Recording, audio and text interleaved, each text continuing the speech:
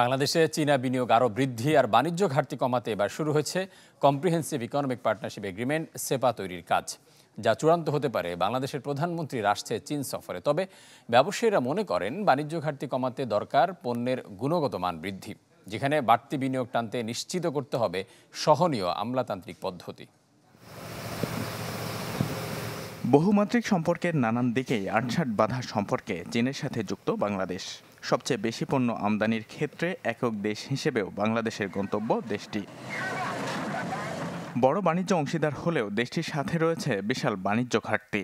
তথ্য বলছে 2022-23 অর্থ বছরে একক দেশ হিসেবে চীনের সঙ্গে ঘাটতি $17 বিলিয়ন।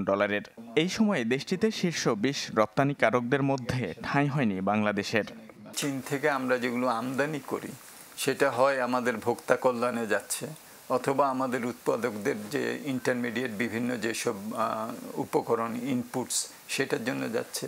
আমাদের রপ্তানিমুখী যেসব শিল্প আছে তারা তাদের বিভিন্ন ধরনের যে পণ্য যেগুলো নাকি তাদের প্রয়োজন রপ্তানি করার জন্য, সেটা কাপড় সুতাও হতে পারে ইত্যাদি, সেখানে যাচ্ছে।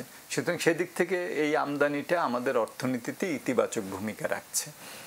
আমাদের পণ্য যা আছে সেগুলো আমাদের লোকাল যে স্ট্যান্ডার্ড আছে হয়তোবা সেই স্ট্যান্ডার্ড মিট করলেও আন্তর্জাতিক বাজারে আমরা দেখি যে আসলে খুব বেশি পেনিট্রেট করতে পারেনি। বাণিজ্য ঘাটতি কমাতে এফটিএ ইপিএ ছাপিয়ে এখন আলোচনায় সেপা, যা নির্দিষ্ট কাঠামো পেতে পারে চীনে বাংলাদেশের প্রধানমন্ত্রীর আসছে সফরে। সেপার মাধ্যমে কাটতে পারে খরা, গুরুত্ব পাবে পরিষেবা, সরকারি ক্রয় ব্যবস্থাপনা সহ বিনিয়োগের বিষয়। কেননা চীনের বাজার বিশাল হলেও তা প্রতিযোগিতামূলক, তাই প্রচলিত পণ্য দিয়ে চীনের বাজার ধরা কঠিন। বাংলাদেশ ব্যাংকের যে নীতিমালা আছে অথবা ব্যাংকের যে নীতিমালা আছে 5 বছরের মধ্যে রিপেমেন্ট করতে হবে, সেটা আপনার কখনোই একটা ইন্ডাস্ট্রি 10 থেকে 15 বছরের নিচে আপনার পেমেন্ট করে আপনার প্রফিটেবলে যাওয়া সম্ভব না। বাইরের ইনভেস্টমেন্ট যখন আসবে সেখানে যদি এত জটিলতা থাকে তাহলে আপনার বাইরের ইনভেস্টমেন্ট কখনোই আসবে না। বাংলাদেশে এখন 100টা ইকোনমিক জোন হয়েছে। এখানে আপনার 10 ইয়ার্স ট্যাক্স হলিডে আছে। আপনার ক্যাপিটাল মেশিনারি ইম্পোর্ট করতে গেলে আপনাকে 0% দিয়ে, 0 ডিউটি দিয়ে আপনি ইনভেস্ট করতে পারেন।